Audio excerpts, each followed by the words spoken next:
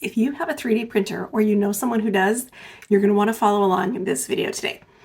I had my husband 3D print me this little statue head, Greek bust, whatever you want to call it. And I went from this to this to this. So I took the 3D print, I used Amazing Mold Maker to make a silicone mold out of it, and then I poured resin into that and made this super cool shiny resin version. I'll leave links in the description for all of the products and supplies that you'll need to make this project, and then you can use the same process for making molds out of anything else that you want to make out of resin. So this is the little 3D printed model that I had my husband make for me, and then I glued together some pieces of acrylic to make just a little box that this would fit down in. There are some mold maker boxes that exist that you can buy, but I needed one that was a little bit bigger than that, and so I made my own. So the mold maker, you mix it up in equal parts. So I poured in 4 ounces of the red and 4 ounces of the white. And you're just going to stir this up for about 60 to 90 seconds until there's no more streaks and everything is a uniform color.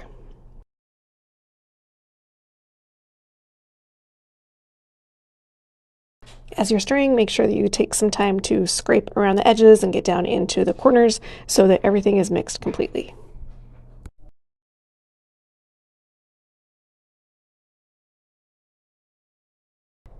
Then just start pouring it in to your little mold box. And you want to just find 1 or 2 places to pour everything into, meaning you want to just let it pour in and then spread instead of trying to drizzle the mixture all over your thing that you're trying to mold. When you do it this way, then everything flows and seeps in all the little crevices naturally, and so you don't get bubbles. At this point, I realized I had not mixed enough to fill the whole box, so I used the rest of each bottle, mixed up that portion, and then poured it in. You do have a little bit of liquid work time before the silicone starts to set up. It's about 6 to 8 minutes. But as I got to the end of pouring in this cup, I kind of had an oh crap moment and realized that even though I'd used the entire bottle of red and white, I still didn't have enough to get my little statue all covered up. So then I just took an empty mixing cup and pressed it down into this kind of empty side where there wasn't any piece of like the actual statue that I was molding. And so as I pressed that down, it filled up that space and the mixture rose up and covered the rest. The silicone should be set after about 30 minutes.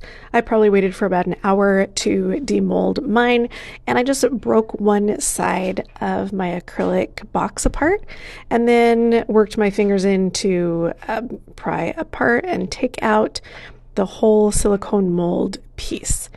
It's not even so much glued to the edges of the box, it's more like suction cupped in.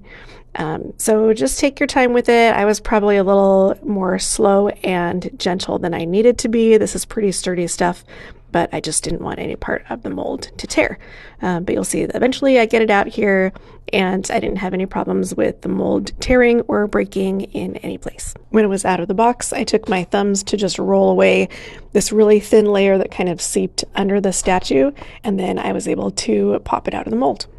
Then I took some scissors and just cut away all those little thin pieces so that I had a cleaner edge of my mold. Then I set my mold into a dish with a layer of rice in it so that I could have a nice level surface because the other side of my mold was not totally flat and even, but this leveled everything out.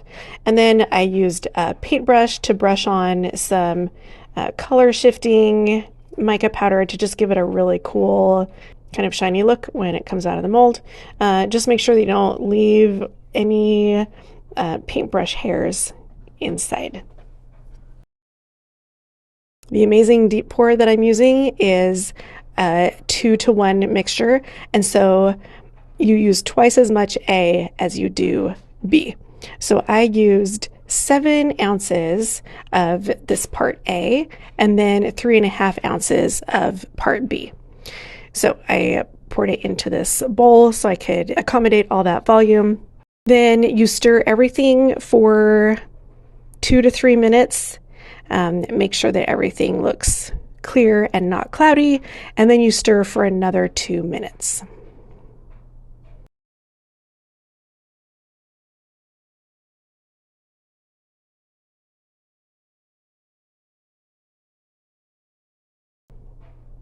When the resin is all mixed, then you can add in whatever color you want to use. I did some alcohol ink and some mica powder, about 15 drops of the ink and about half a teaspoon of the mica powder.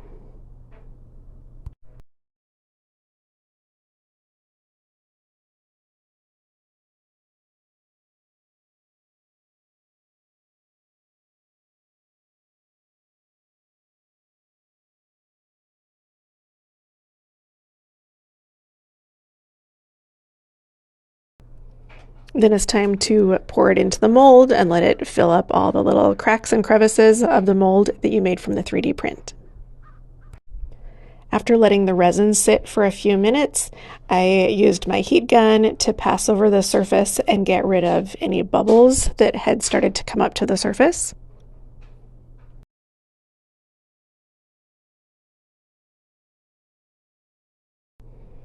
And you can see here all those little white bubbles starting to disappear. And then here's the nice shiny flat surface you're left with when all the bubbles are gone.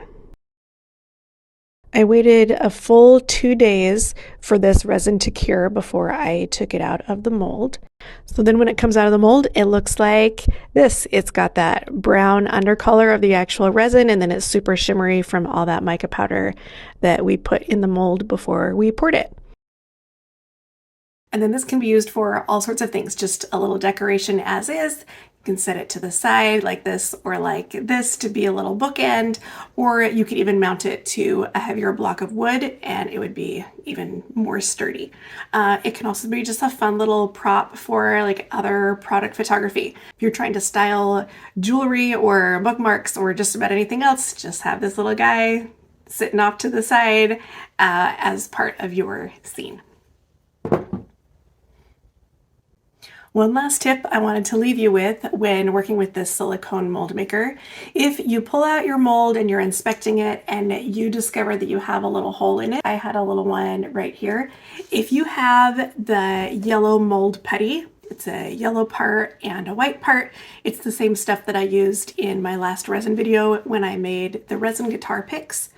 If you mix up just a little bit of that, you need same part yellow, same part white, mix that up. It can be used as a little patch for this. Just stick it on while it's still in its workable state and it will fuse to this and patch your hole for you. So if you learned something new or if you want to make this sometime in the future, make sure you like this video, subscribe to my channel so you don't miss any future videos, and if you have any questions, make sure you drop them in the comments below. See you next time.